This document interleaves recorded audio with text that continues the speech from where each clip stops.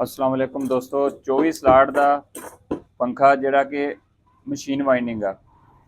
ਇਸ ਦੇ ਵਿੱਚ 12 ਸਲਾਟ ਥੱਲੇ ਔਰ 12 ਹੀ ਉੱਪਰ ਆ ਔਰ ਇਹ 32 ਸਲਾਟ ਦੇ ਡਾਈ ਦੇ ਨਾਲ ਆਸਾਨੀ ਤਰੀਕੇ ਨਾਲ ਆਪਾਂ ਇਹਨੂੰ ਵਾਈਂਡ ਕਰ ਸਕਦੇ ਹਾਂ। ਇਸ ਦਾ ਡਾਟਾ ਤੁਹਾਡੇ ਨਾਲ ਸ਼ੇਅਰ ਕਰੀਏ।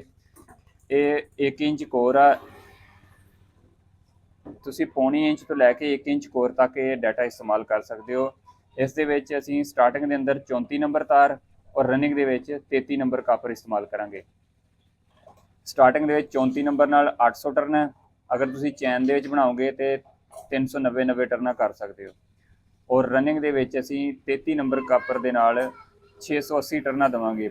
ਚੈਨ ਦੇ ਵਿੱਚ ਤੁਸੀਂ 350 340 ਟਰਨਾਂ ਦੇ ਸਕਦੇ ਹੋ। ਇਸ ਦੇ ਅੰਦਰ ਜਿਹੜਾ ਇਸ ਦਾ ਕਨੈਕਸ਼ਨ ਹੋਏਗਾ, ਅਗਰ ਤੁਸੀਂ ਇਹਨੂੰ ਸੈਟਾਂ 'ਚ ਬਣਾਓਗੇ ਤੇ ਨਾਲ ਦਾ ਕਨੈਕਸ਼ਨ ਹੋਏਗਾ, 1 ਤੋਂ 2 ਦਾ ਕਨੈਕਸ਼ਨ। ਅਗਰ ਤੁਸੀਂ ਇਹਨੂੰ ਚੈਨ ਦੇ ਵਿੱਚ ਬਣਾਓਗੇ ਤੇ ਫਿਰ 1 ਤੋਂ 3 ਦਾ ਕਨੈਕਸ਼ਨ। ਸੈਟਾਂ ਵਿੱਚ 1 ਤੋਂ 2 ਦਾ ਕਨੈਕਸ਼ਨ ਔਰ ਅਗਰ ਤੁਸੀਂ ਚੈਨ ਦੇ ਵਿੱਚ ਬਣਾਓਗੇ ਤੇ ਫਿਰ 1 ਤੋਂ 3 ਦਾ ਕਨੈਕਸ਼ਨ ਹੋਏਗਾ। ਇਸ ਦਾ ਜੈਨੂਇਨ ਵਾਈਂਡਿੰਗ ਡਾਟਾ ਕਾਪਰ ਦੇ ਅੰਦਰ ਆ। ਇਹ 24 ਸਲਾਟ ਦਾ ਮਸ਼ੀਨ ਵਾਈਂਡਿੰਗ ਸਟੇਟਰ ਆ।